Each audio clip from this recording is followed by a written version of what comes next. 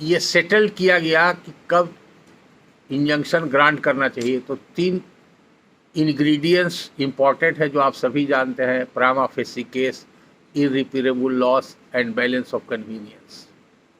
ये हर केस में आपको डिस्कस करना पड़ता है। अगर ये तीनों इंग्रेडिएंट्स के बारे में आप कोई पॉजिटिव फाइंडिंग नहीं देते हैं और पिटीशन रिजेक्ट करते हैं या अलाउ करते हैं, दोनों कंडीशन में आपका ऑर्डर सेट असाइड हो जाएगा।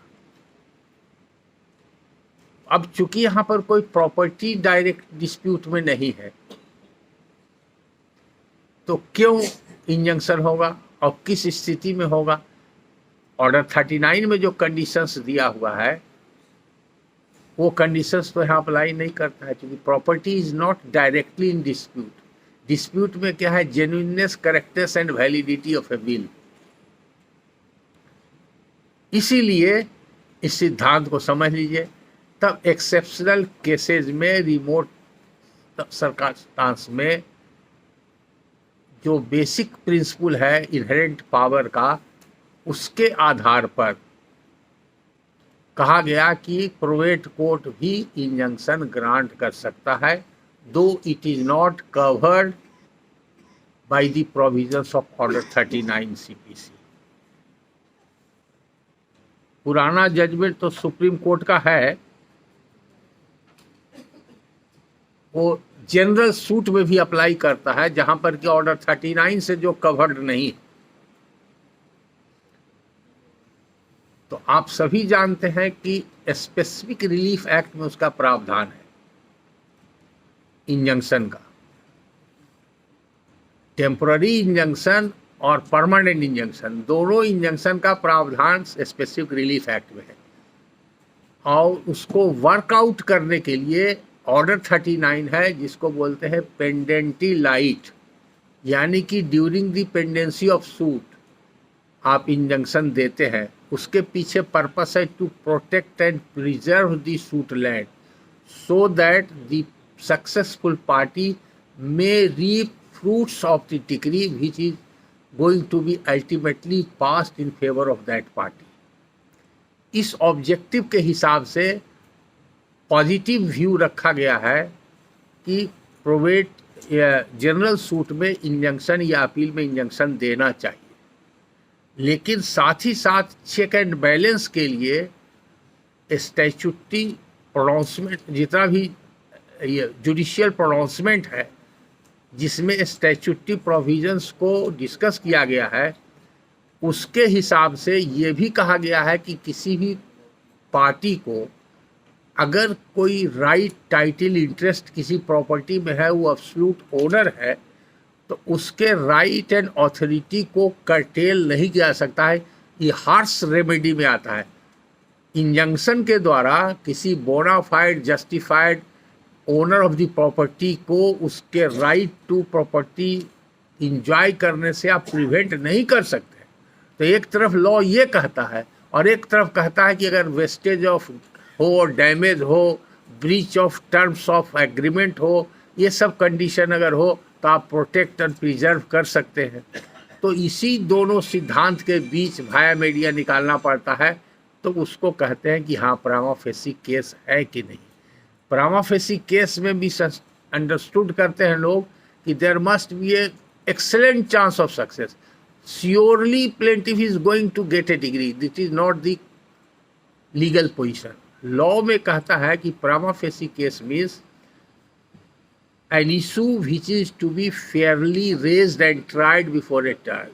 कोई ऐसा एब्सर्ड इशू नहीं हो जो कि बार्ड बाई लॉ करता हो या कोर्ट के जुडिक्शन को ही बार कर रहा हो, एब्सर्ड हो या इनएक्सिक्यूटेबल डिक्री अगर पास करेगा तो हो जाएगा। इस तरह के सिचुएशंस में कोर्ट कहता है कि प्राइमा फेसी केस नहीं। अदरवाइज हर केस में प्राइमा फेसी केस रहता है। इवन की प्लेंटिफ हार गया और अपीलेट कोर्ट में इंजंक्शन पिटीशन फाइल हो रहा है अपील के दौरान, तो वहाँ पर लोग बहस करते हैं कि चूंकि decree has been passed against plaintiff, suit has been dismissed, now the plaintiff has got no. इसलिए ऐसा रॉन्ग आर्गूमेंट होता है, क्योंकि प्राइमा फेसी केस का समझते हैं लोग कि नहीं, ये बहुत सेटल्ड पॉइंट है। डिवीजन बेंच जजमेंट 1951 में ही पटना हाई कोर्ट और बाद के जजमेंट में ये डिसाइडेड है। सुप्रीम कोर्ट का भी जजमेंट है, कई जजमेंट की प्राइमा फेसी केस का मतलब है कि fair question to be tried. तो ऑलमोस्ट ऑल केस में एक फेयर क्वेश्चंस रहता है। तो ये जनरल भी बता दिया, चूंकि आप एज ए अपलेट कोर्ट सिविल अपील का भी सब्जेक्ट है, उसमें भी आपके लिए रेलेवेंट होगा आज के टॉपिक के हिसाब से। और प्रोवेट के कंसर्निंग 2 जजमेंट बता रहे हैं। एक पहला जजमेंट है 62 सुप्रीम कोर्ट, उसका रेफरेंस लिख लीजिए, Mansar versus Raj Bahadur, MANSAR, Mansar versus Raj Bahadur, AIR 1962 supreme court 527। Mansar versus Raj Bahadur, AIR 1962 supreme court 527। ये जजमेंट का जिस्ट ही है कि जहां पर ऑर्डर 39 अप्लाई नहीं करता है तो इनहेरेंट पावर में कोर्ट इंजंक्शन का ऑर्डर पास करता है। ऑर्डर 39 आपको एक बताता है कि कैसे और कब आप सिचुएशन में पास कीजिएगा, लेकिन to pass an order of injunction जो आपको पावर वेस्ट किया गया है अंडर द कोड, वो सेक्शन 94 है। 94 में और बहुत सा पावर है, ABCD में लिखा हो, उसमें एक इंजंक्शन का भी पावर है। इस पर अगर आप जाइएगा तो मेरे वीडियो में देखिएगा, इंजंक्शन पर 3 लेक्चर है, 3 लेक्चर स्पेशली इंजंक्शन पर है। एक लेक्चर है इंजंक्शन CPC vis ए vis स्पेसिफिक रिलीफ एक्ट। उसके अलावे पावर ऑफ सिविल कोर्ट पर 7 लेक्चर है। तो उसमें अपलेट कोर्ट का क्या पावर है वो भी लिखा हुआ है, वो आप लोग सुनिएगा जरूर सिविल अपील के लिए, पावर ऑफ अपलेट कोर्ट। और उसका एक अलग लेक्चर है जिसमें check and balance on the power of civil court, कहाँ कहाँ आपके पावर पर चेक एंड बैलेंस लगाया हुआ है। तो सिविल सूट जो होता है वो जब टर्मिनेट करता है जजमेंट में तो डिक्री बनती है, और डिक्री के अगेंस्ट में अपील होता है। तो जो अपील आपके यहाँ भी है सिविल कोर्ट रूल्स के हिसाब से वो फर्स्ट अपील कहलाता है, लेकिन वहाँ रजिस्टर होता है एज ए टाइटल अपील। अब अगर पिक्यूनरी जुडिक्शन इनलार्ज हो गया है, उसके हिसाब से अगर हाई कोर्ट में डायरेक्ट फाइल होता है सब जज के जजमेंट के अगेंस्ट में फर्स्ट अपील, क्योंकि डिस्ट्रिक्ट जज का लिमिटेड अपलेट जुडिक्शन है, तो उसको हाई कोर्ट में रजिस्टर किया जाता है एज ए फर्स्ट अपील। लेकिन डिस्ट्रिक्ट कोर्ट में एज ए टाइटल अपील होता है, क्योंकि सिविल अपील 2 होता है। एक पहला अपील जो आपके यहाँ टाइटल अपील है वही हाई कोर्ट में फर्स्ट अपील कहलाता है, और दूसरा अपील फर्स्ट अपील के जजमेंट के बाद हाई कोर्ट में होता है, उसको सेकेंड अपील बोलते हैं। लेकिन उसको कहा जाता है अपील फ्रॉम अपलेट डिग्री। तो एक हुआ appeal from the degree passed by the trial court, वो फर्स्ट अपील हुआ या टाइटल अपील, और दूसरा हुआ अपील फ्रॉम द अपलेट डिग्री, जो अपलेट डिग्री के बाद होता है वो सेकेंड अपील। तो सेकेंड अपील से आपको मतलब नहीं, आपको टाइटल अपील और मिसलेनियस अपील से मतलब है। उसी तरह का केसेज आएगा।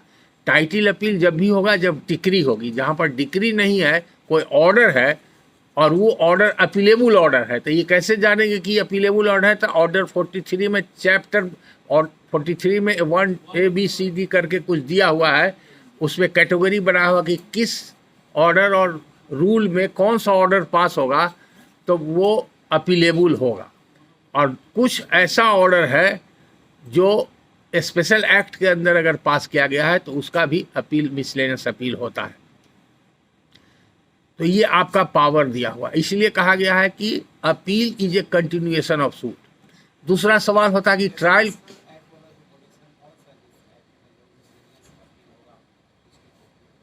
बहुत सा एक्ट में है, एक दो नहीं बहुत सा एक्ट है। आप देखिएगा ऑर्डर 43 में पढ़िएगा, नीचे लिस्ट दिया हुआ है। और सिविल कोर्ट रूल्स में नोट करिए, सिविल कोर्ट रूल्स में रूल 549 है।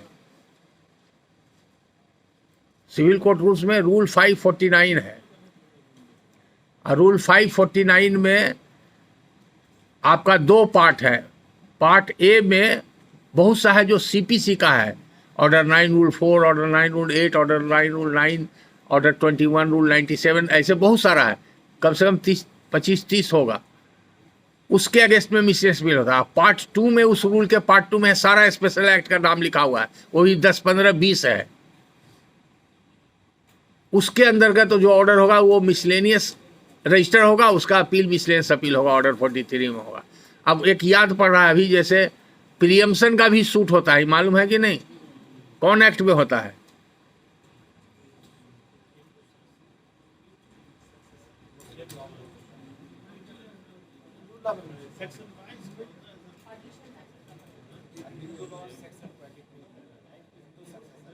Hindu succession act part section 5 नहीं, सेक्शन 22। हिंदू सक्सेशन एक्ट 1956 के सेक्शन 22 में है कि प्रेफरेंशियल राइट है एक को शेयरर को, अगर दूसरा को शेयरर प्रॉपर्टी को बेच रहा है तो वो ये अप्लाई करता है सेल के पहले। अगर सेल नहीं हुआ है तो 22 अप्लाई करता है। अगर सेल हो गया और ड्वेलिंग हाउस का हुआ, सिर्फ ड्वेलिंग हाउस का, तब उसको पार्टीशन एक्ट डील करता है। दोनों में बेसिक डिफरेंस है। तो पार्टीशन एक्ट में सूट फाइल होता है और सेक्शन 22 हिंदू सक्सेशन एक्ट में मिसलेनियस एप्लीकेशन होता है। बहुत बार हमको यहाँ पर बताने का मौका मिला है, लोग सूट फाइल कर रहे हैं। जब से हमारा क्लास लोग अटेंड किए हैं जुडिशल अफसर लोग, तो अब सावधान हो गए, तो पहले सूट ही लोग करता था। उसी में लिखा हुआ है पिटीशन, सेक्शन 22 में ही लिखा हुआ है पिटीशन फाइल करना होगा। तो वो पिटीशन होगा जो मिसलेनियस में रजिस्टर होगा और रूल 549 उसको डील करता है। तो इस तरह से बहुत सारा स्पेशल एक्ट है जिसमें मिसलेनियस एप्लीकेशन फाइल होता है और रजिस्टर होता है मिसलेनियस केस। उसके अगेंस्ट में अपील होगा तो ऑर्डर 43 होगा। जैसे कुछ देर पहले बताया कि आपको ऑर्डर 22 रूल 9 में सेटिंग असाइड अबेटमेंट का ऑर्डर भी अपीलेबल है ऑर्डर 43 में। तो उसी तरह से स्पेशल एक्ट में बहुत सारा एक्ट है जिसमें अपील होता है। सर, टेस्ट सूट में स्टे हो सकता है कि नहीं? कौन चीज का स्टे? टेस्टामेंट्री सूट में स्टे का पिटीशन पड़ा है। कौन चीज स्टे? स्टे प्रॉपर्टी का स्टे करना। प्रॉपर्टी का स्टे क्या होगा? आप सवाल फ्रेम कर लीजिए बढ़िया, तब बाद में पूछिएगा। Frame your question properly, then ask, no vague question. अब इसी प्रिंसिपल पर आप दूसरा जजमेंट लिखिए जो डायरेक्टली प्रोवेट केस में पटना हाई कोर्ट ने पास किया है। पटना हाई कोर्ट ने सेक्शन 247 इंडियन सक्सेशन एक्ट का हवाला दिया है। सेक्शन 247 में कोर्ट को एडमिनिस्ट्रेटर बहाल करने का अधिकार है और क्यूरेटर भी बहाल करने का अधिकार है।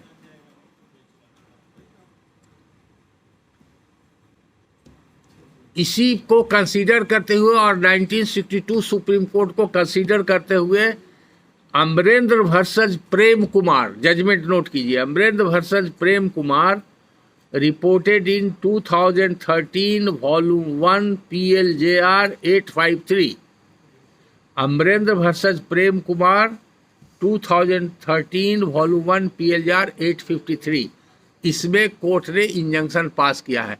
यही आपके लिए टॉर्च लाइट या गाइडलाइन होगा। अगर किसी केस में, सुटेबल केस में इंजंक्शन का पिटीशन प्रोवेट में आपके यहाँ आया है तो इसको पढ़ के समझ करके आप इंजंक्शन दे सकते हैं या नहीं दे सकते हैं। It is a discretionary relief but that discretion has to be exercise very judiciously and cautiously. तो ये भी पॉइंट आपका खत्म हो गया।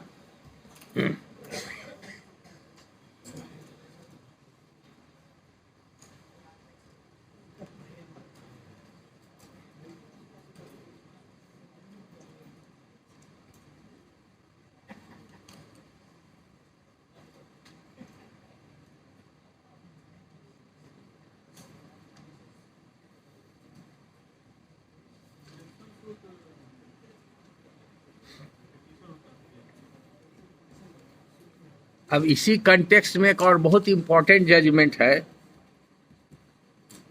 वो सब्स्टिट्यूशन है और प्रोवेट केस में ही है सब्स्टिट्यूशन, और उसमें भी इंक्वायरी हुआ है, डिस्प्यूट इन सब्स्टिट्यूशन है।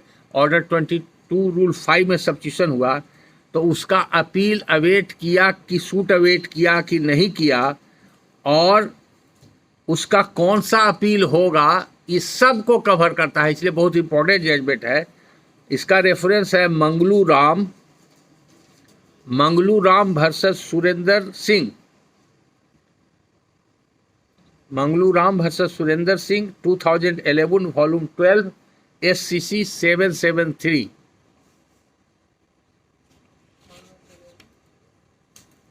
Volume 12, SCC 773.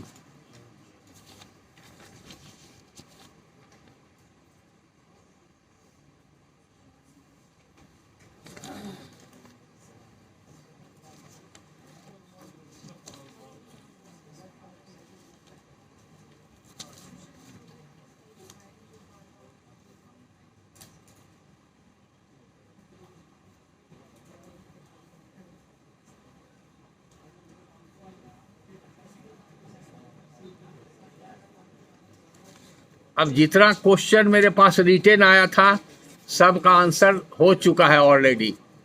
सिर्फ एक क्वेश्चन है गैर मजरूआ जमीन में, ये सिविल से मैटर है, इससे मैटर नहीं। किनका क्वेश्चन है ये नाम नहीं लिखे हैं। गैर मजरूआ जमीन के बारे में सरकार के द्वारा सेटलमेंट दिया गया, फिर सेटलमेंट कैंसिल करने के लिए एडीएम के यहाँ आवेदन आया, टाइटल सूट फाइल किया गया है, डिक्री किया गया, title appeal forum government what to do. अब पूरा वेग क्वेश्चन है, पूरा फुल ऑफ वेगनेस और कंपोजिट है, कई तरह का क्वेश्चन है। किनका क्वेश्चन है नाम बताइए, हाथ उठाइए। छपरा से, जमुई से, अच्छा आप पूछे थे, क्या नाम बताए? लक्ष्मीकांत जी। देखिए पहली बात तो ये है कि गैर मजरूआ आम जमीन के बारे में सरकार पूरा सेटलमेंट दिया गया। ये गैर मजरूआ आम जमीन का सरकार का सेटलमेंट दिया गया, इसका कोई डॉक्यूमेंट देखे हैं? दाखिल किया है? आप बाद में हमसे पूछिएगा, रिकॉर्ड आपके सामने रहेगा ना। अच्छा टाइम बताते हैं रात के 9 बजे के बाद, जब हम ऑफिस में रहेंगे। मेरा ऑफिस 7 बजे से 12 बजे तक रन करता है, तो आप आराम से रिकॉर्ड रखिएगा। जितना हम सवाल पूछेंगे रिकॉर्ड देख के बताइएगा, तब तुरंत हम जवाब देंगे और सही जवाब देंगे। ऐसे आप वेग सवाल किया है। सेटलमेंट का बहुत सा कानून है और कौन सा डॉक्यूमेंट है, एक्चुअली सेटलमेंट है कि नहीं है, पहला सवाल ही है। दूसरा, अगर सेटलमेंट किया तो कौन कैंसिल कर रहा है, कैसे कैंसिल किया, कब कैंसिल हुआ, कैंसिलेशन का किसको पावर है, किस एक्ट में है, ये अलग सवाल है। और फिर उसके बाद सूट फाइल किया तो सूट किसने फाइल किया। यहाँ पर सिर्फ एक चीज़ बता देते हैं आपको, आप ही के कलीग है, नाम नहीं बताएंगे, उनका पर्सनल केस है, गवर्नमेंट से ही केस है, बड़ा इंटरेस्टिंग केस है। और शायद आप लोग, हम पूछते हैं एक सवाल उसके पहले, पीपी मैनुअल का कभी नाम सुने हैं आप लोग या देखे हैं? पीपी मैनुअल अगर कोई सुने हैं या देखे हैं तो हाथ उठाइए। नहीं सुने हैं। अब पीपी मैनुअल शॉर्ट में बोलने से भ्रम हो जाता है कि पब्लिक प्रोसिक्यूटर का कोई मैनुअल होगा। ऐसी बात नहीं है। अब जब नहीं देखें तो हमारा दायित्व है कि आपको बता दे। नहीं, अब वो सब नहीं चलेगा। Law begins where common sense ends, but in order to appreciate law you must have common sense. Common sense और दलील और लॉजिक से लॉ नहीं चलता। ये शास्त्र है, न्याय शास्त्र, नीति शास्त्र, धर्म शास्त्र, जितना भी शास्त्र है उसको पुनः पुनः बाँची, पुनः पुनः सोची, बार बार पढ़िए। अब चिंतन, मनन, अध्यापन, अध्ययन सब उसमें करना पड़ता है। लॉ का वही है, ये न्याय शास्त्र है। अभी एक हाईकोर्ट का एक यंग लड़का है, हमारे साथ डायरेक्ट जूनियर में तो नहीं है लेकिन जूनियर कलीग है, एक बुक लिखा है मीमांसा। मीमांसा का आप लोग नाम सुने होंगे जो संस्कृत पढ़े होंगे। तो मीमांसा को उसने हमको मौका मिला था, हमको बड़ा ताज्जुब हुआ। रोज हमारे साथ काम करता है, बैठता है। हमको नहीं मालूम था कि ही सो लर्नेड और बड़ा रिसर्च वर्क किया है। महंगी किताब है, दिल्ली का पब्लिकेशन का है। पतली सी किताब का 600 रुपया की 800 रुपया दाम है, इसलिए बिक नहीं रहा है और पता नहीं दाम। तो हम उसको हाईकोर्ट में ही देखे। एक लड़का लेके मेरे पास आया था, तो उसने ये एस्टेब्लिश किया है कि जो न्याय व्यवस्था आज हमारे यहाँ है वो सब वैदिक काल से है। वैदिक काल से है। अब वैदिक काल से वो आज चला आ रहा है। हम लोग उसको डेविएट कर गए, और जब ब्रिटिशर्स लोग आए, वो जब इन्वेडर्स लोग का राज रहा 1000 वर्ष तक, मुस्लिम और मुगल्स और चंगेज और ये सब जो आए, तुर्क और मंगोल, अरब, सभी लोग आए यहाँ। कुछ लोग आए, कुछ लूट के चले गए। उसके बाद सब आया, फ्रेंच आया, ब्रिटिशर्स लोग आए, सब लोग आए। उसमें बहुत लोग ट्रेड किए, और ट्रेड करने के बाद यहीं बस गए, फिर रूल करने लगे। तो टोटल 1000 साल का हिस्ट्री है। 400 साल अंग्रेज़ों का गुजार दीजिए, तो 400 साल में 200 साल तो ईस्ट इंडिया कंपनी ही करने लगी। ईस्ट इंडिया कंपनी 2 कंपनी थी, एक ब्रिटेन की कंपनी थी, एक दूसरी कंपनी थी जिसका कि गोवा वगैरह में था, डच कंपनी थी। ये दोनों व्यापारी बन के आई, यहाँ रूलर बन गए। आपको ये भी जानकारी होगी, जो आपका कोर्ट का सिस्टम है एस्टेब्लिश किया हुआ, वो ईस्ट इंडिया कंपनी का है। हम बहुत, ये जब जूनियर डिवीज़न का क्लास ले रहे थे 28 और 29 और 30 तीनों में वो कॉन्स्टिट्यूशन ऑफ कोर्ट्स के बारे में, सिविल और क्रिमिनल का बहुत थ्रेडवेयर डिस्कशन किया। तो हमको लगा कि ये बहुत कम जानकारी है, तो हमने कोशिश किया है, लेकिन टाइम नहीं मिला। लीगल हिस्ट्री ऑफ इंडिया हम 20% लिख चुके हैं, 4 बुक हम लिख चुके हैं। जो डिफ़िकल्ट एरिया है, एडवर्स पोजीशन एंड इजमेंट पर एक बुक है मेरा, एक सीपीसी पर है, एक probate letter of administration and succession certificate है, और एक लीगल हिस्ट्री ऑफ इंडिया। इस तरह से सब प्रोसेस में है। हैंड्स की कमी की वजह से पूरा कोऑपरेशन नहीं मिला, इसलिए डिफ़िकल्टी हो रही। तो उसमें हमने काफ़ी डिटेल में लिखा है कि नए जनरेशन को बार एंड बेंच के लिए काफ़ी हेल्पफुल होगा। और वो आइडिया कैसे क्लिक किया कि इसी कोर्ट रूम में एक न्यू इंट्रेंट इंडक्शन कोर्स में एक ऑफिसर ने पूछा कि सर, सिविल कोर्ट में तो क्रिमिनल केस भी होता है, लेकिन फिर भी हर कोर्ट में लिखा रहता है civil court Nalanda, civil court Patna, civil court Saharsa, ऐसा क्यों रहता है? क्रिमिनल कोर्ट क्यों नहीं लिखा होता है? तो बड़ा टिपिकल क्वेश्चन था। इसका करेक्ट आंसर जो लॉ में होना चाहिए, वो आंसर किसी ऑफिसर ने नहीं दिया, और बहुत कलीग से पूछा, तो हमको क्लिक किया कि नहीं, इसको तह में जाके लोगों को समझाना चाहिए। तो बताए। तो आप लोग इसको सोचिएगा। अब मेरा लेक्चर देखिएगा कॉन्स्टिट्यूशन ऑफ इंडिया में, ये कॉन्स्टिट्यूशन ऑफ कोर्ट्स में, तो उसमें हम बताए हैं, उसमें उसका आंसर कंप्लीट किया हुआ है। तो अब क्वेश्चन ये हो गया, जो टॉपिक से आपके हो रहा है, पीपी मैनुअल। पीपी मैनुअल में उसका माने होता है प्रैक्टिस एंड प्रोसीजर मैनुअल। वो practice and procedure manual enact किया गया है for regulating the filing of revenue appeal, revision and civil appeals by और on behalf of the state government in respect of all civil litigations and revenue matters either before Board of Revenue or before the Honorable High Court। उसके लिए आजकल उस level में भी कमी है, government level में एकदम कमी है, और वहाँ पर कोई रेगुलर कोई ट्रेनिंग का प्रोग्राम होता नहीं। सिविल अपील जो फाइल हो रहा है इवन हाई कोर्ट में और डिस्ट्रिक्ट कोर्ट में, कोई भी आकर के सिविल अपील फाइल कर देता है, वो अपील मेंटेनेबल ही नहीं है। तो जिस जुडिशियल ऑफिसर का पर्सनल केस था, वो सब जज कोर्ट ने डिक्री पास कर दिया जुडिशियल ऑफिसर के पक्ष में। अब स्टेट गवर्नमेंट ने अपील फाइल किया डिस्ट्रिक्ट कोर्ट में, तो ऑफिसर वाज सो कॉन्शियस कि वो अपील के टाइम में अपोज करना चाहते थे डिस्ट्रिक्ट कोर्ट में। हालांकि वहाँ के सीनियर मोस्ट लॉयर थे।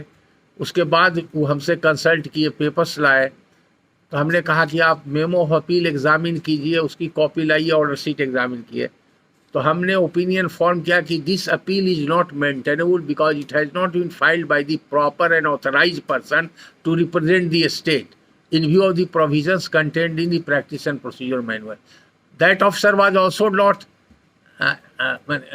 क्या कहते हैं aware of that provision, he was also not aware of. तो उनको भी ताजुब लगा, तो हम किताब तुरंत निकाल के दिए कि देखिए इसको पढ़िए। तो बड़ा उनको खुशी हुई, कहा कि सर क्या होगा, हम एक पिटीशन लिखाते हैं, आप पिटीशन दीजिए कि this appeal is not maintainable due to these reason, it has to be dismissed.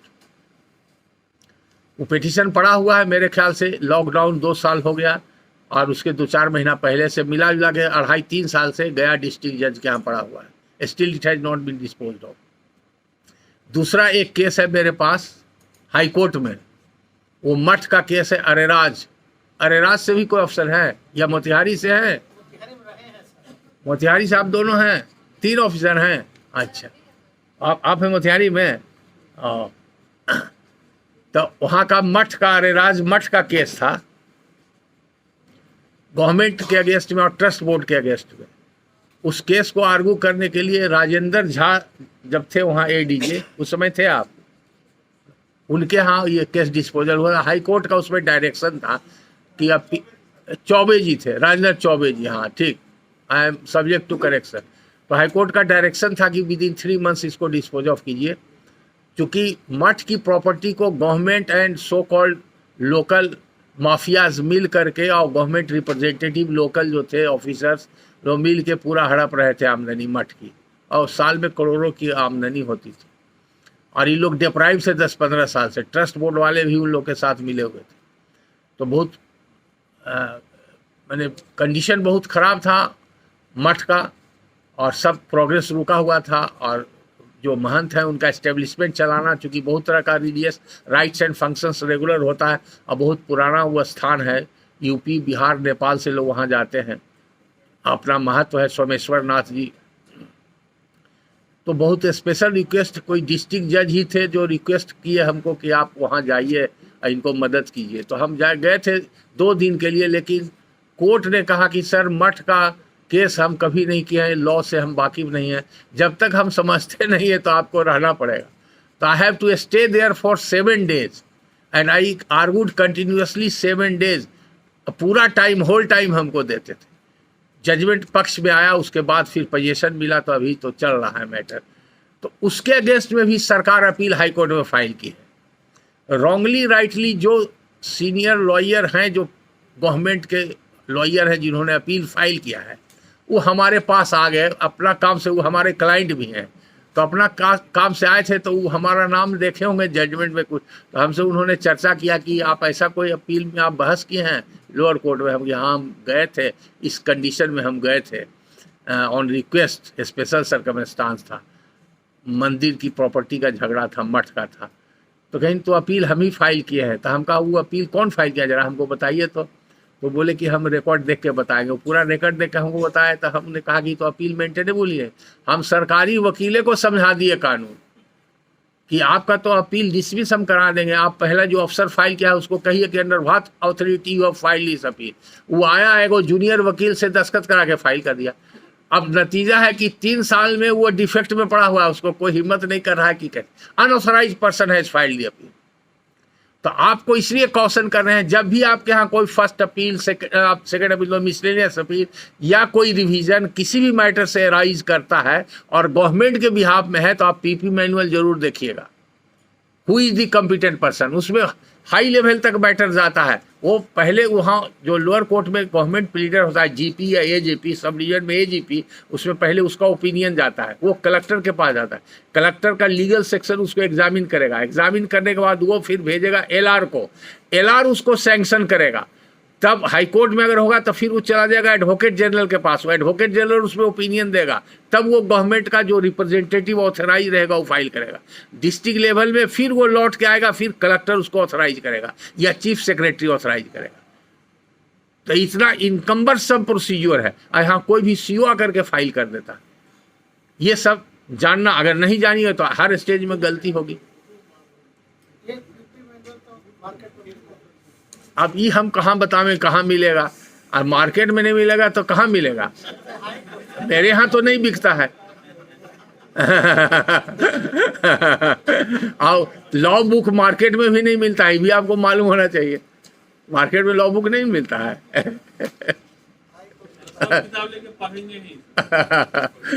नहीं, अच्छी बात है, नहीं जानना चाहिए। लेकिन अब ये किताब, बहुत सा किताब है जो आउटडेटेड है, हाँ, वही पूछना। बहुत सा किताब। अब उसी केस में राज में हम बहस कर रहे थे, तो वहाँ पर हमारे ही एज के वकील थे जो ट्रस्ट बोर्ड के थे और बहुत अच्छे लॉयर थे। हमारे अपोजिट पार्टी में उनको बहस करना था, अपोजिट पार्टी को रिप्रेजेंट कर रहे थे ट्रस्ट बोर्ड को, लेकिन थ्रू आउट मेरा आर्गूमेंट सुनने लगे और उन्होंने कहा कि सर आप ये सब जो किताब लाए हैं, ये सब किताब तो हम लोग देखे भी नहीं और नाम भी नहीं सुने हैं, हम ट्रस्ट बोर्ड का क्या केस करेंगे, हमको इस सब के बाद जानकारी नहीं है, आपके बहस का तो हम कोई जवाब ही नहीं दे सकते। अब वर्चुअली उन्होंने कोई बहस ही नहीं किया, तो उसमें हमने सर्वे सेटलमेंट का कुछ प्रिंसिपल था, उसके बारे में सर्वे सेटलमेंट रूल्स है, technical rules of survey settlement, अब मार्केट में मिलती नहीं किताब, बहुत सी ऐसी किताबें हैं जो आउट ऑफ प्रिंट हो गया, बिहार सरकार छपवाती नहीं। तो ये सब है कि जितना डीपली कोई भी एडवोकेट जाएगा या जज जाएगा तो फिर उसको समझ में आएगा। तो लकली पर चांस हमको हर तरह का केस करने का मौका मिला, इसलिए इतना एक्सपोजर है। अदरवाइज इन ऑर्डिनरी कोर्स जो एक टाइप का केस करने वाले वकील के पास इतना मटेरियल तो रहेगा नहीं। तो अब ये हो गया, आप पीपी मैनुअल समझ गए। अब आइए कुछ डिफरेंट रूलिंग आप लोग चाह रहे थे, इसलिए वो रूलिंग भी हम लिखा देते हैं जो कि प्रोबेट से कंसर्निंग है बहुत ज़्यादा, और हम ऐसे सब डिस्कस कर चुके हैं, लेकिन कुछ रूलिंग बहुत इंपॉर्टेंट है जो लिखा देते हैं।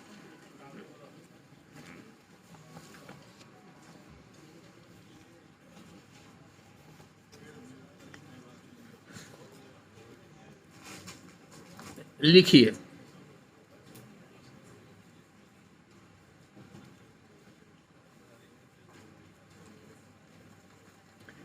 क्योंकि स्टे पर एक सवाल पूछे थे तो सवाल गलत था।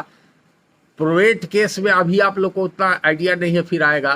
प्रोवेट केस चल रहा है और सूट भी चल रहा है। सर यही पूछना था। हाँ देखिए आपके जो पेट में है वो भी हम समझ आते हैं, मन में है तो बाद में आवे तब आप सही नहीं बोल रहे थे। तो stay of this civil suit, चूंकि सिविल सूट मुंसिफ कोर्ट में होगा या सब जज कोर्ट में होगा, और आप हैं डिस्ट्रिक्ट कोर्ट, आपके यहाँ है तो लोग सीधा पिटिशन फाइल कर देते हैं स्टे का, कि टाइटल सूट को स्टे कर दिया जाए, पार्टीशन सूट को स्टे कर दिया जाए। तो स्टे किस प्रोविजन में होगा? सेक्शन 10 में होगा। सेक्शन 10 का प्रिंसिपल क्या है? रेस सब जुडिस। तो रेस सब जुडिस को समझने के लिए रेस जुडिकेटा समझना होगा, और रेस जुडिकेटा समझने के लिए सेक्शन 11 CPC समझना होगा, जो कि जो सब्सटेंशियली इन इशू है, directly and substantially issue farmer suit में है, जो डिसाइडेड हो गया, फाइनली हर्ड एंड डिसाइडेड, यानी कि अपील वगैरह पेंडिंग नहीं है, वो जजमेंट है जो अटेंड फाइनलिटी। अगर वैसा कोई है और उसी के बाद दूसरा सूट आता है और उसमें वही सब्सटेंशियली और डायरेक्टली इशू इन्वॉल्व है, तब चूंकि पहला सूट फाइनली डिस्पोजल हो गया तो रेस जुडिकेट होगा, और पहला सूट स्टिल पेंडिंग है तो रेस सब जुडिस होगा, सेक्शन 10 अप्लाई करेगा। यही रेस सब जुडिस रेस सब जुडिकेटा का जो है, रेस जुडिकेटा का प्रिंसिपल है। तो अब देखिए इसमें कहाँ से अप्लाई करेगा? एक प्रोवेट पिटीशन है और एक है सूट है। तो on principal it is not applicable, section 10 CPC is not applicable. लिखिए,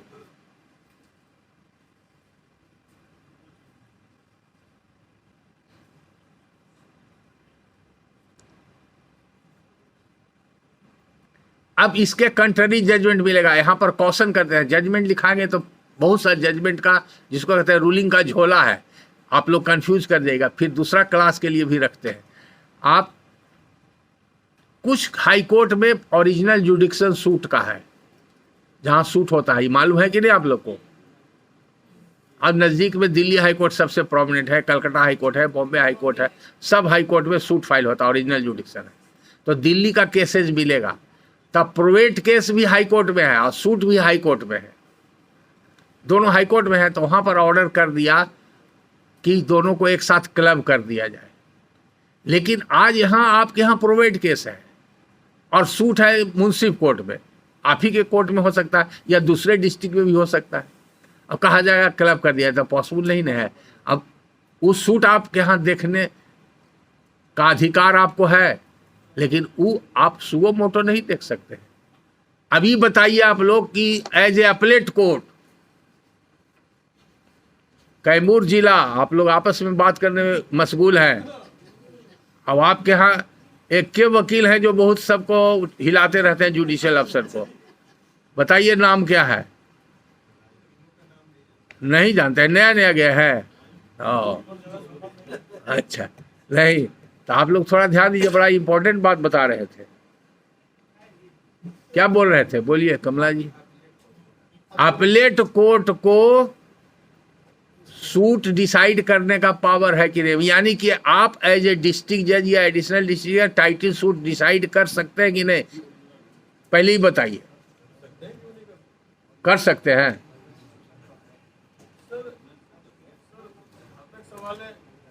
प्रैक्टिस में नहीं है, लेकिन सेक्शन 15 कहती है कि स्मॉलेस्ट ग्रेड में है, तो ऊपर वाले ग्रेड में तो हो ही सकता है। ठीक है, सेक्शन 15 हाई कोर्ट में तो एक हमारे ओपी आर्डर से आ गया है सर, सब जज का सिस्टम का आता है, प्रोबेट भी है सूट। हम कहा गया कि side by side decide. High court से आया है, हाई कोर्ट से आर्डर किया, हाई कोर्ट के आर्डर आपके यहाँ आया है, इसीलिए हम इस पर बताना चाह रहे हैं आपको। हाई कोर्ट में किनका ऑर्डर है, जरा ये भी बता दीजिए, याद नहीं है, देख के बताइएगा। तो सूट आपके यहाँ ट्रांसफर हो गया है, सूट आपके यहाँ ट्रांसफर हो गया। जिला जज साहब कर दिए, अब प्रोबेट भी चल रहा है। तो हाई कोर्ट ऑर्डर किया कि डिस्ट्रिक्ट कोर्ट ऑर्डर किया? हाई कोर्ट ने आर्डर किया। तो हाई कोर्ट किया, तो फिर जिला जज क्या क्या हाई हुआ? कोर्ट ने आर्डर किया कि जिस कोर्ट में प्रोबेट है वही कोर्ट डिसाइड करेगी। तो डिस्ट्रिक्ट जज साहब तो किस ऑर्डर के अगेंस्ट में हाई कोर्ट मैटर गया था, ये सर तब देख के बताइएगा। वो हाई कोर्ट ऑर्डर कर दिया तो कोई जरूरी है कि वो सही ऑर्डर होगा। अभी तो हम लोग, आप लोग टी ब्रेक में बता रहे थे, कुछ लोग अफसर थे कि हाई कोर्ट ने कह दिया कि फाइनल डिग्री बनेगी, जबकि वो फाइनल डिग्री ही था। सर वो तो मतलब फिर हाई कोर्ट के आर्डर के कंप्लायंस में जिला जज भी हमारे यहाँ भेज दिए हैं। तो ये आपको जानकारी के लिए बता रहे हैं, सुन लिए। अब समझिए प्रोविजन है, यू आर राइट कि पावर है, but you can not find out the provision. दो प्रोविजन है, आप लोग नोट कर लीजिए। पहला सेक्शन 24 है, जो सब आप लोग जानते हैं, लेकिन आगे उसमें नहीं पढ़ते हैं। सेक्शन 24 में ट्रांसफर का पावर डिस्ट्रिक्ट कोर्ट को और सुप्रीम कोर्ट को, हाई कोर्ट को कंकरेंट है, और 25 में सुप्रीम कोर्ट को है। तो डिस्ट्रिक्ट कोर्ट को अपने डिस्ट्रिक्ट के अंतर्गत पावर है, हाई कोर्ट को पूरे स्टेट के अंतर्गत पावर है। तो दो तरह का पावर है, एक विड्रॉ करके एक कोर्ट से दूसरे कोर्ट में ट्रांसफ़र करना, या उनके यहाँ मैटर अगर है तो उसको दूसरे कोर्ट में ट्रांसफ़र कर देना, ये 24 में। अब विड्रॉ करके अपने पास भी रख सकते हैं डिस्ट्रिक्ट जज, और अपने भी ट्राई कर सकते हैं, वो सेक्शन 24 कहता है। वो चूँकि बीजी ऑफिसर है, बहुत तरह का जुडिक्शन है, बहुत काम रहता है, एडमिनिस्ट्रेशन भी रहता है, इसलिए प्रैक्टिकेबल नहीं है, तो जनरली लोग जिस ट्रांसफ़र करते हैं। दूसरा प्रिंसिपल है कि suit must be instituted in the lowest grade of competent court या competent court of lowest grade. तो यहाँ पर ये प्रिंसिपल अप्लाई नहीं होता, तो फाइल करने के लिए ना होगा, फाइल तो वही होगा। लेकिन हम कह रहे हैं कि डिस्ट्रिक्ट कोर्ट कब अप्लाई करेगा और ट्राई करेगा उसको, जब वो 24 का पावर एक्सरसाइज करेगा। लेकिन वो पावर कहाँ से वेस्ट किया गया? तो पावर वेस्ट करता है सेक्शन, और सेक्शन में सेक्शन 107 का सब क्लॉज 2 पढ़िए, सेक्शन 107 सब क्लॉज 2 नोट कीजिए, वो पावर देता है। वहाँ तक लोग देखते ही नहीं, सब रेन शेडो में रहता है प्रोविजन।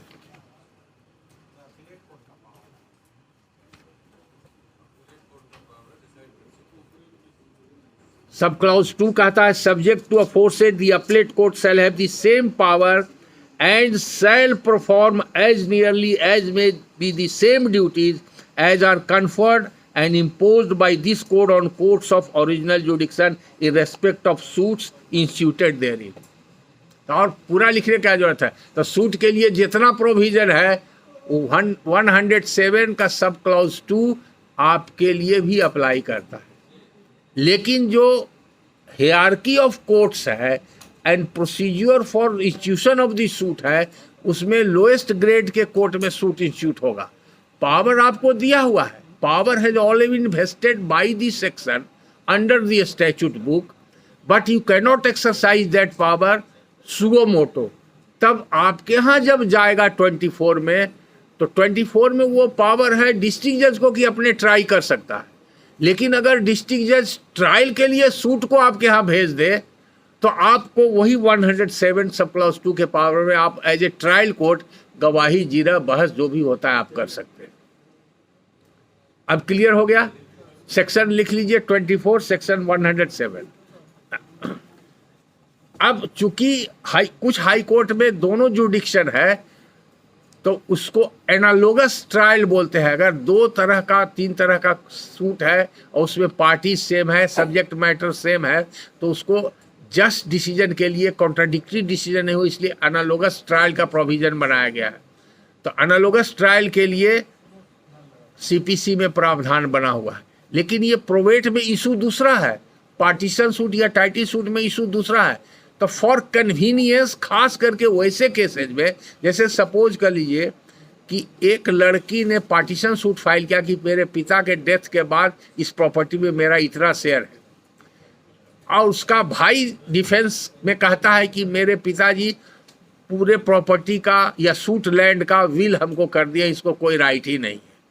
तब पार्टीशन सूट में अगर डिक्री आप दे दीजिएगा और कल उसको प्रोवेट अलाउ होगा तो फिर रेस्टिट्यूशन करना पड़ेगा, तो मल्टीप्लिसिटी ऑफ प्रोसीडिंग होगा। इसलिए ये वाया मीडिया निकाला गया कि वैसे सुटेबल केसेज में आपको एक साथ करना चाहिए।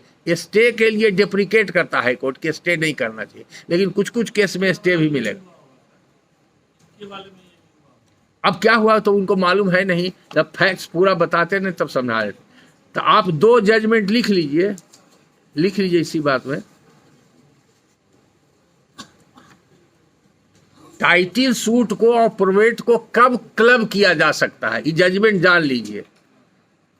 जल्दी जल्दी लिखते जाइए, और ऐसे हमारे लिए कोई झंझट नहीं, आप लोग उबिएगा नहीं, घड़ी नहीं देखिएगा। Nirmala Devi versus Arun Kumar Gupta, Nirmala Devi versus Arun Kumar Gupta 2005, volume 12, SCC 505 page.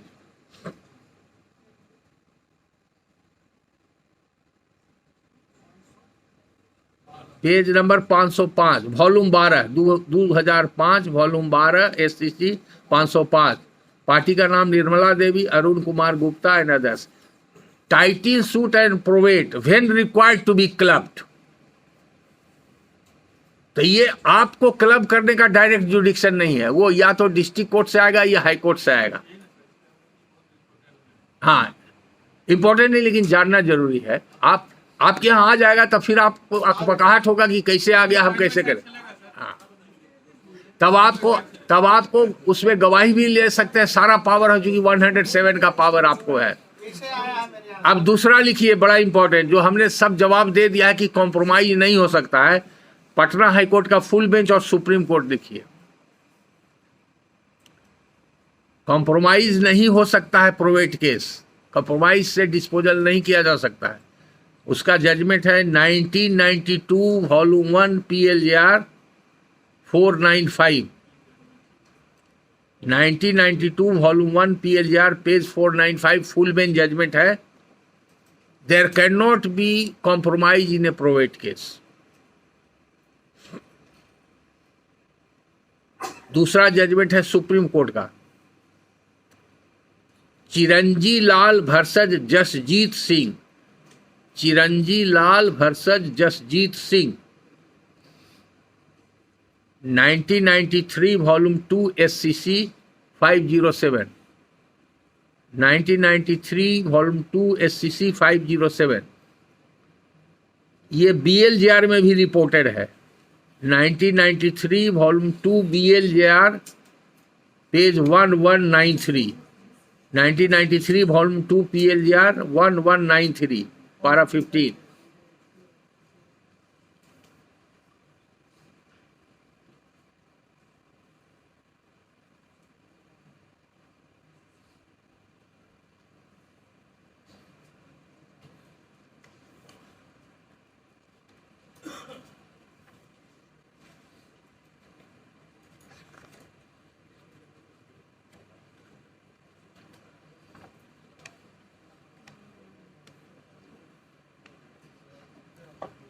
के बिरला वाला जो आप लोग लिखे थे उसका पेज 489 है, जो कैफेटेबल इंटरेस्ट पर बताए थे। हाँ, वो तो मिल जाएगा, पेज भी लिख रहा है तो लिख लीजिए 489 है। और कैविएट पर एक पटना हाई कोर्ट का जजमेंट भी बहुत अच्छा है,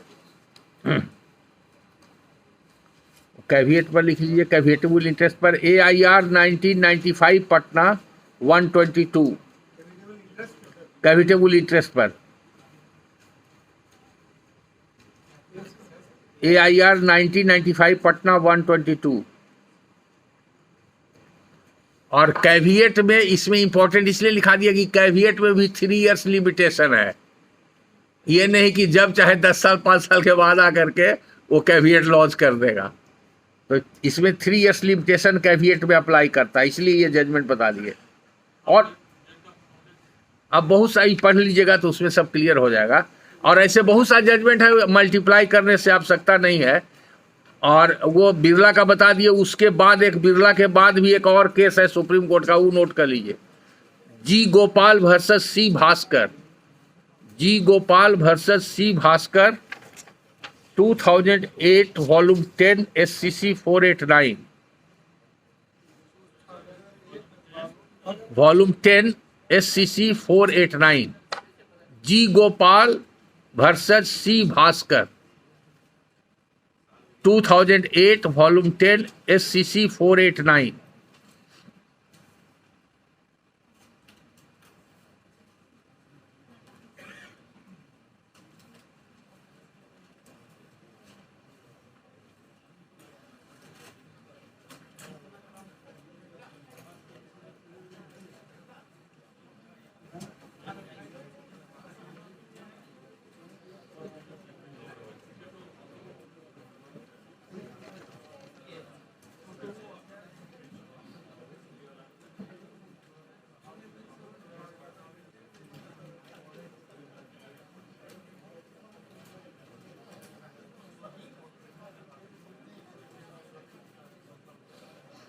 लिमिटेशन पर एक जजमेंट जो पहले लिखाए थे कुंवरजीत सिंह वाला, लिमिटेशन फॉर फाइलिंग प्रोबेट, एक जजमेंट कुंवरजीत सिंह वर्सेस किरणदीप कौर, उसके बाद एक जजमेंट और सुप्रीम कोर्ट का आया, वो भी लिख लीजिए।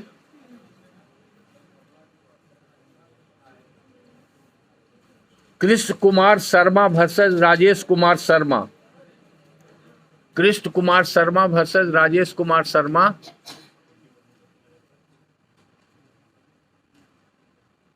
2009 volume 3 PLJR page 80, supreme court section. PLJR में सुप्रीम कोर्ट भी रहता है।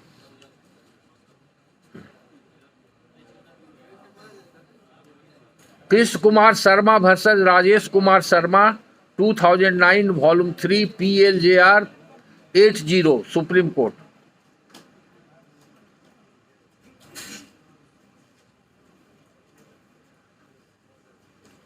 अब आपको हम बोले थे कि एक ऑनरेबल जस्टिस सीमा अली खान ने 30 साल के बाद प्रोबेट अलाउ किया था, लिमिटेशन वाला प्रिंसिपल आने के बाद। वो जजमेंट पढ़ लीजिए, तो पुराना केस रहेगा तो प्रिंसिपल देखिएगा। वो है judgment Shrimati Nalini Mishra, Shrimati Nalini Mishra versus Braj Kishore Mishra 2010 volume 4 PLJR 355, 2010 volume 4 PLJR 355। इसमें 2/6/1936 का विल था। अप्रोवेट पिटीशन 39 में डेथ हुआ था टेस्टेटर का, अप्रोवेट फाइल हुआ था 2003 में। सोच लिए 39 में डेथ हुआ और 2003 में फाइल हुआ। हाई कोर्ट ने प्रोवेट ग्रांट किया, लोअर कोर्ट ने। नाम है इसका श्रीमती नलिनी मिश्रा, नलिनी मिश्रा वर्सेस ब्रज किशोर मिश्रा।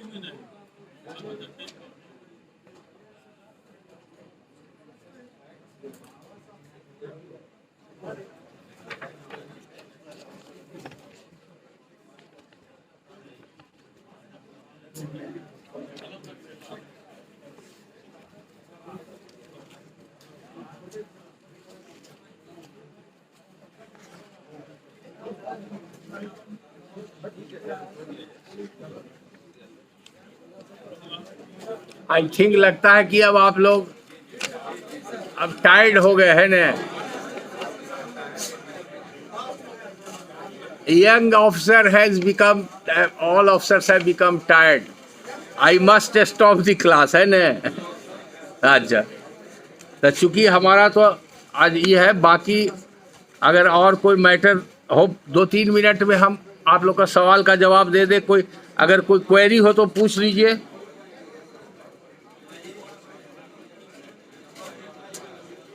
देखिए, एक जजमेंट नोट कर लिए, वो छूट जाएगा बड़ा, जो हम बता चुके हैं कि सुप्रीम कोर्ट ने कहा है कि डिक्री भी पास हो जाएगा, एक्सक्यूशन में रुकेगा, तो पुराना जजमेंट अब बताने की जरूरत नहीं है। अनप्रोवेटेड विल पर जो सब्स्टिट्यूशन होगा, सूट फाइल होगा, इंटरवेनर बनेगा, ट्रांसपोजिशन होगा, सब हो सकता है। बीना पानी कार वर्सेस सत्यवर्थ, बीना पानी कार वर्सेस सत्यवर्थ, हाँ, बीना पानी कार, KAR, कार टाइटल है बंगाली का, सत्यवर्थ, AIR 2006 supreme court 2263, AIR 2006 supreme court 2263।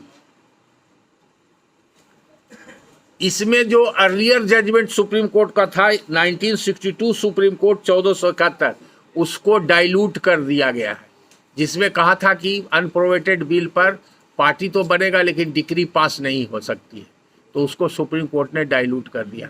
अब एक स्टेप आगे बढ़ा दिया कि डिक्री भी हो जाएगी, एक्सक्यूशन फाइनल स्टेज में आने के पहले उसको प्रोवेट, अगर कंट्रोवर्सी है और डिस्प्यूट है।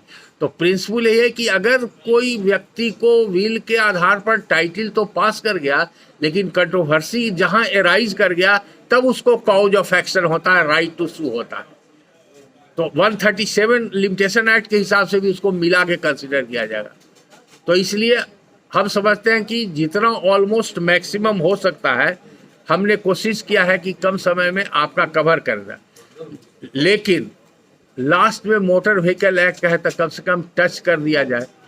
और अगर आप लोग को बताए नहीं, 5 मिनट का आपको छोड़ दे फ्री, तो हम आपके लिए रिटन मटेरियल लाए हैं, तो वो मटेरियल हम पास ऑन कर देते हैं ग्रुप में, क्योंकि फोटो कराना मुश्किल हो जाएगा। अब हम लेक्चर क्लोज कर देते हैं। हाँ हाँ, तो अभी 5 मिनट और आप साइलेंस मेंटेन कीजिए। हम 5 मिनट में कंक्लूड कर देते हैं। और ये क्लास जो है आपका सिविल और प्रोवेट का सब मिला करके जो लास्ट फेज में चल रहा था आफ्टर लंच, उसमें सिविल अपील से संबंधित मैटर है, उसको भी मैंने बहुत सा कवर कर लिया है।